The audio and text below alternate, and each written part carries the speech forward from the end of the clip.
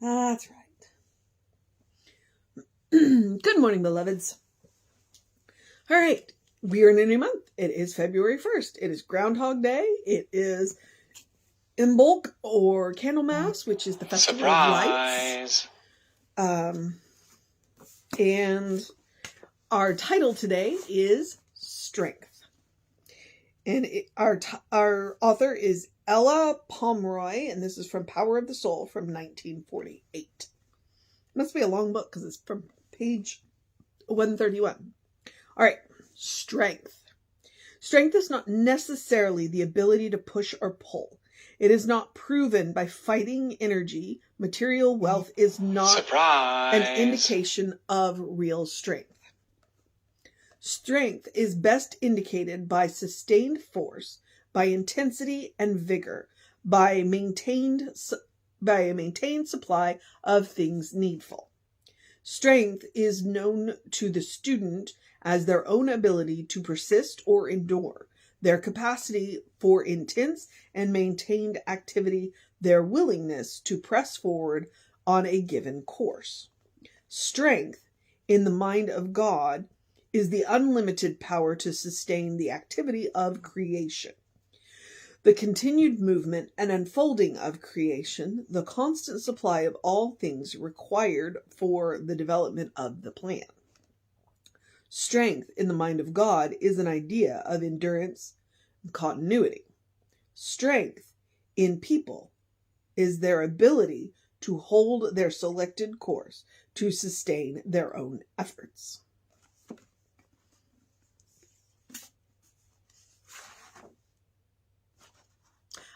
I don't know what to do with that.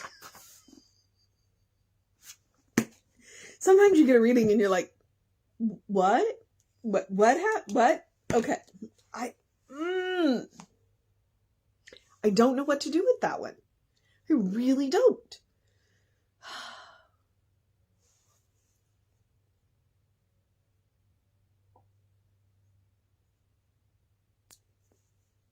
You know,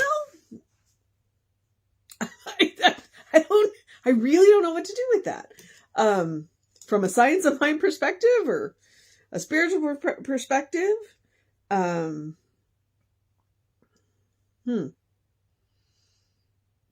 are a lot of different. I think where she was going is she was pointing out that there's a lot of different kinds of strengths.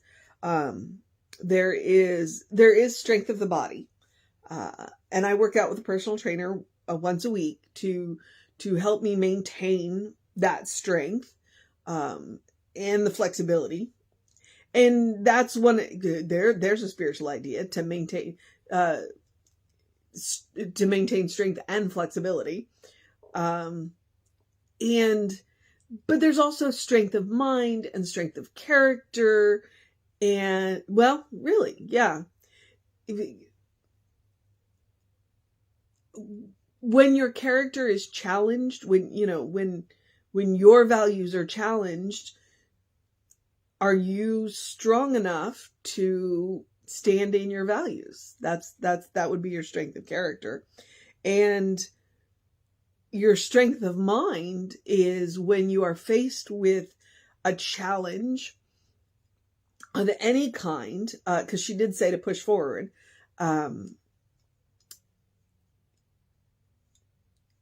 Can you face the challenge? Especially, and here's one more strength. The strength of being willing to ask for help. Of knowing that the situation that you are facing, you cannot handle by yourself.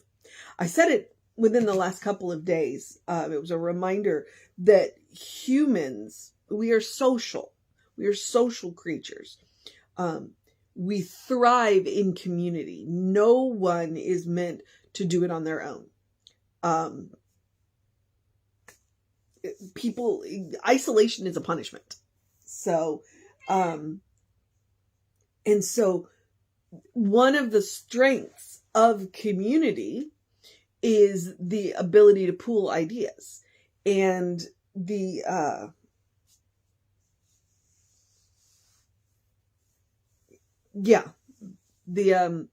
it's the strength to it takes the strength of character to be willing to ask for help. And it's one of the things that we're not good at because we've been brought up with this rugged individualism. And yet one of the strongest things that you can do is to ask for help. So, I don't know where she was going, but that's where I'm going to go, is the reminder of the community is only as strong as its weakest member. And so it is our spiritual imperative to make sure that everyone in our community is well taken care of, and strengthened to the best of their ability. And that does not mean that we have to put them through trauma. Because I read a thing on trauma. It's like, you hear the phrase, that which doesn't kill you makes you stronger. Okay, that is such bogus bull. And I've heard Brene Brown speak on this, and then I was watching somebody else, and I think his name is Jeff. I think it's Jeff Brown. And he was talking about that. It's like, I'm tired of getting stronger due to trauma. Can we stop aggrandizing the strength of people who've been through trauma? Let's stop putting people through trauma to strengthen them. They don't need to be strengthened through trauma. This world would work so much better if we could strengthen through community rather than through trauma. Oh, I'm going to get up on a soapbox here, so maybe I shouldn't. But, that which doesn't kill you makes you strong. Okay, that needs to stop. It's true. But I've seen a response to that was, I was a child. I didn't need to be stronger. I needed to be protected. Okay? And so that's what I'm going to advocate. Whatever Ella says about strength. Okay? What I'm going to say is the best way to strengthen people is through community, not through trauma. And so it doesn't mean that we can protect everybody from every trauma. But people don't need to go through trauma to be strengthened. They can be strengthened in community. And then when they are met with trauma, the trauma is not going to strengthen them because they can meet it head on. And if they've been strengthened in community, when they meet with a trauma, then they can go to their community and say, this is what's going on in my life. Help me. And honest to God, I think that is the strongest thing that you can do when you are faced with a situation that you cannot handle on your own. It is being willing to ask for help. And I'm going to speak from the place of, I have always been the helper.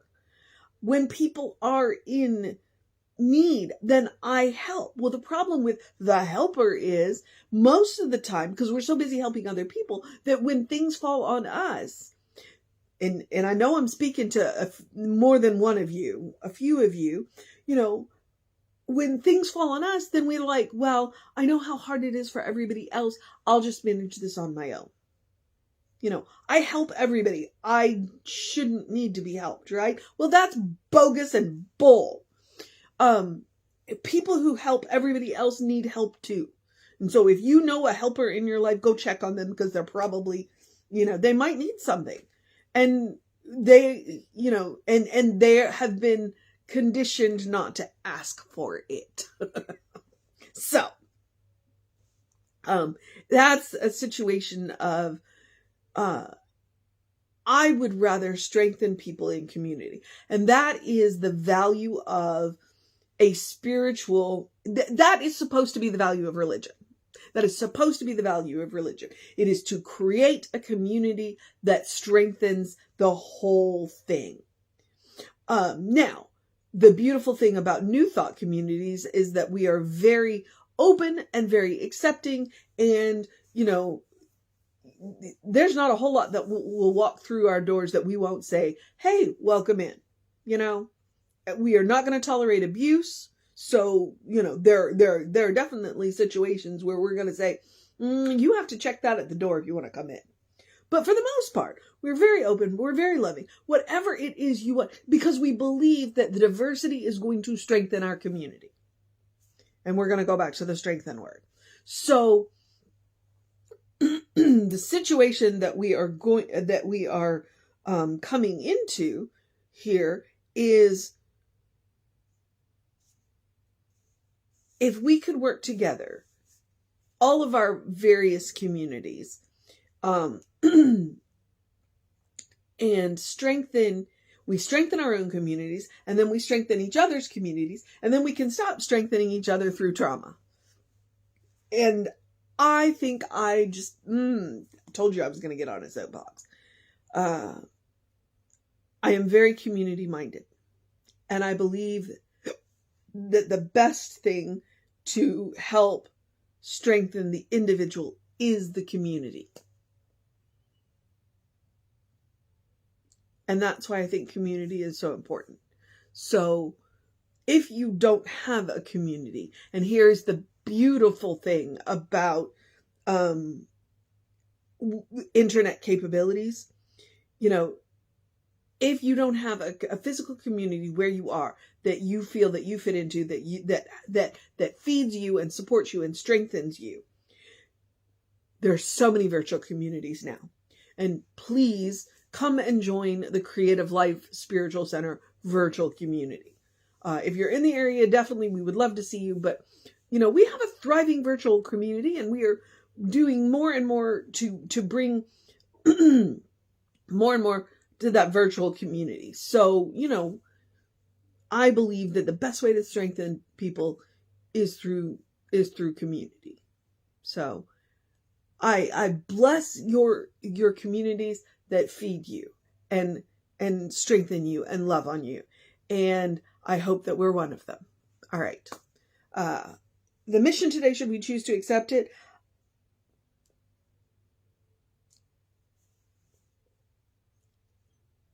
tell me what your source of strength is.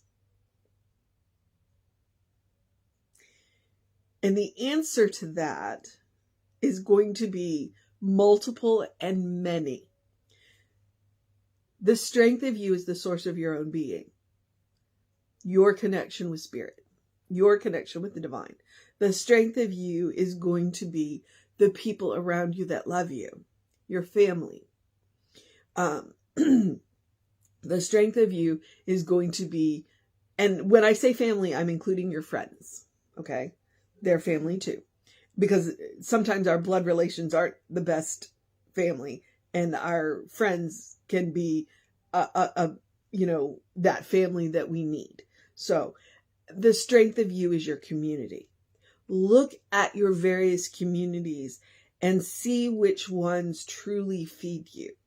And if there's any community that you belong to that is sapping your strength, then question why you are part of that community. I'm not telling you to leave the community, because maybe what you do is you change your relationship with the community so that it feeds you, or you change the community. What is mine to do? Well, if I belong to a community that I love that is not feeding me, then what is mine to do is to figure out how to support that community so that it does. All right, that is the mission today. Tell me what the strength of you is. All right, and I've given you some places to look at. And when I say tell me, I don't necessarily tell me. You're welcome to tell me in the comments. But I'm encouraging you to look at the communities that you look at, where your strength comes from. Look at where your strength comes from. Look at the people around you. Look at the communities around you. Look at the activities that you do, the thoughts that you think. Look at all of that and see where your strength comes from. All right. The other mission is the same mission I give you every day, which ironically is about strength. It is the spiritual practice of self-care. Okay? And self-care really is a spiritual practice. If we live a life of service, we cannot pour from an empty cup. Therefore, it is necessary that we take care of ourselves.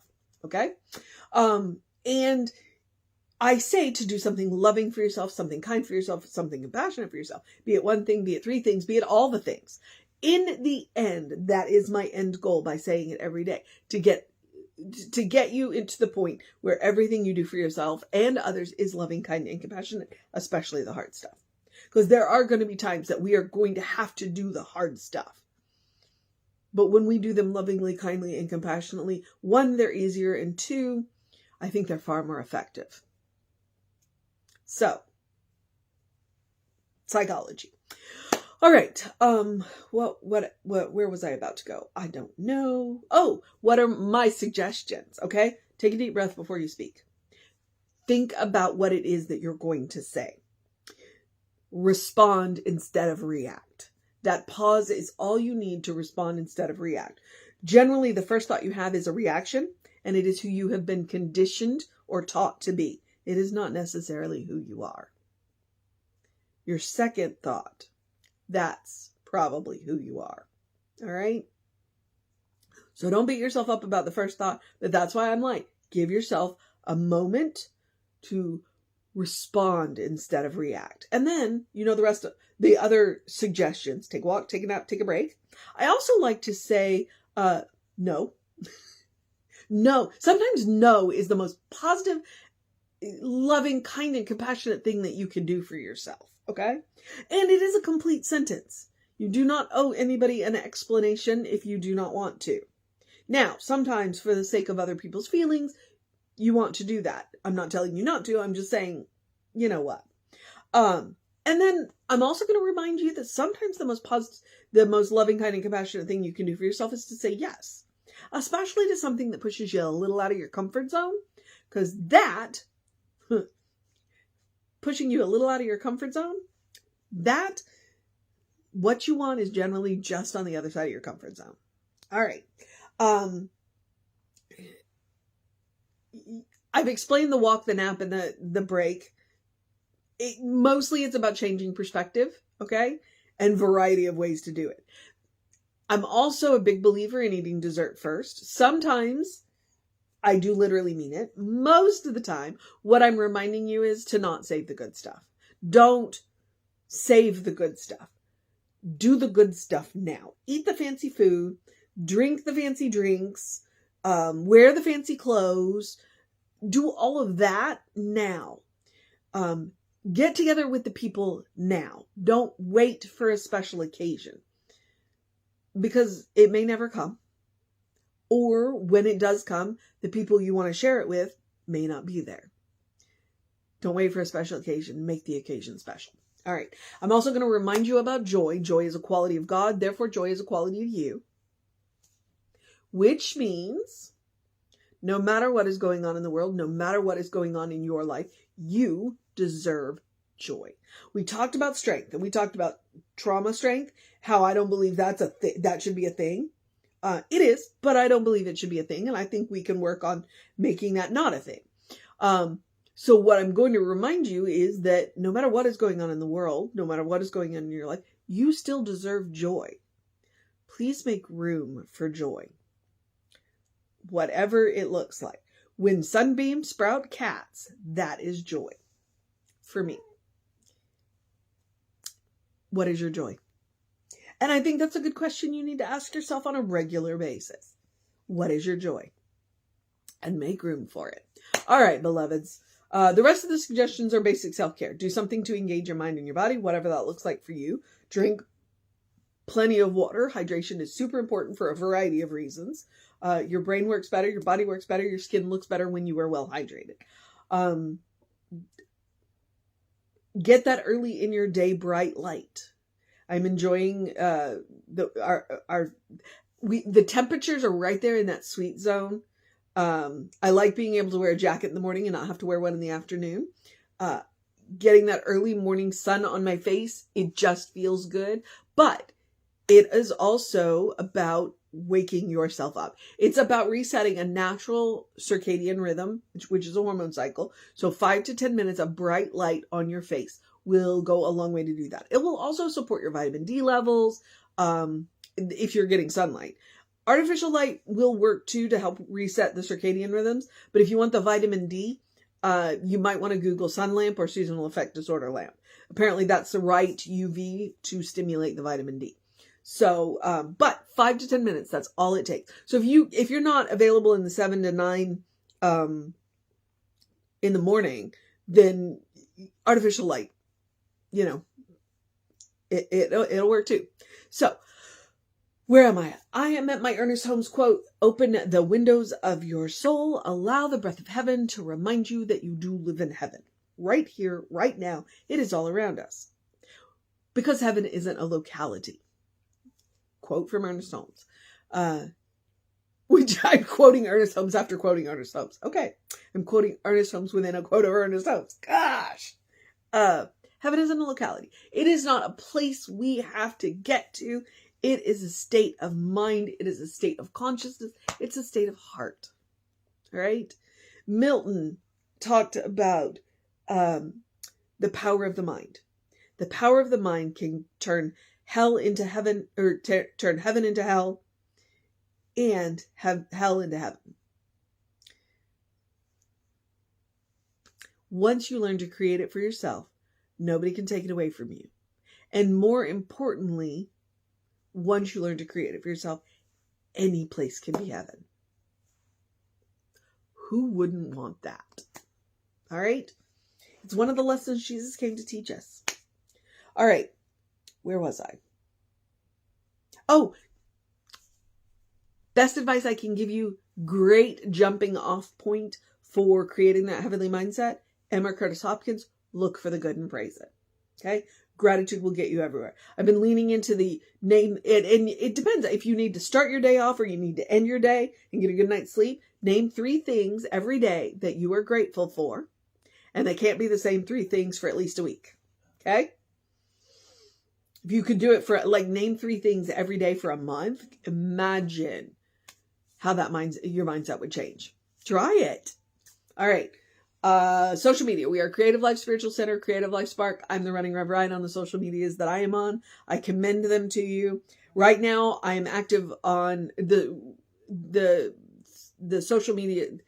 The Creative Life social medias are active because that last service that Jesse gave, he answered a bunch of questions, and then he took treatment apart step by step by step. And so I'm posting those each night as I'm cutting them out of the service. So they're short videos, they are punchy videos, they are, good answers within about 5 minutes that you can share with your friends. So, and they are on Instagram and Facebook and YouTube. If you go to the YouTube, you can look for questions for Jesse, or from Jesse, maybe. Questions from Jesse. And share them, please, because it's really good. So, all right. I commend that to you. All right, beloveds. There was something else No. Email info@creativelife.org to get on the constant contact. Yeah, I need to wrap this up though. So I'm going to encourage you to have a great day, a wondrous day, a fantastic day, a magical day, an enchanted day, a wonderful day, an awesome day, an amazing day, a strengthening day, a responding instead of reacting day, a knowing who you are day, a go dance in the sunlight day, a take a nap day, a say yes to something day, a say no to something day, a good day. And if that is too much pressure, simply have a day. You are enough just as you are. You are a beloved expression of the divine. You are a brilliant light, a divine spark. You are spirit in motion, God in action, or as Reverend Jesse likes to call us, you are a godling. Know the truth of your being. Go regularly to the source of your being and get to know the person that knows you to be. Get to know the person that the divine knows you to be. Because I can promise you one thing. The person that the divine knows you to be is good. And probably pretty cool too. All right. I'm going to remind you, Reverend David will be on around 5 p.m. with you. I will be back with you around 9 a.m. Take care of yourself. Know that you are loved, and I will see you next time.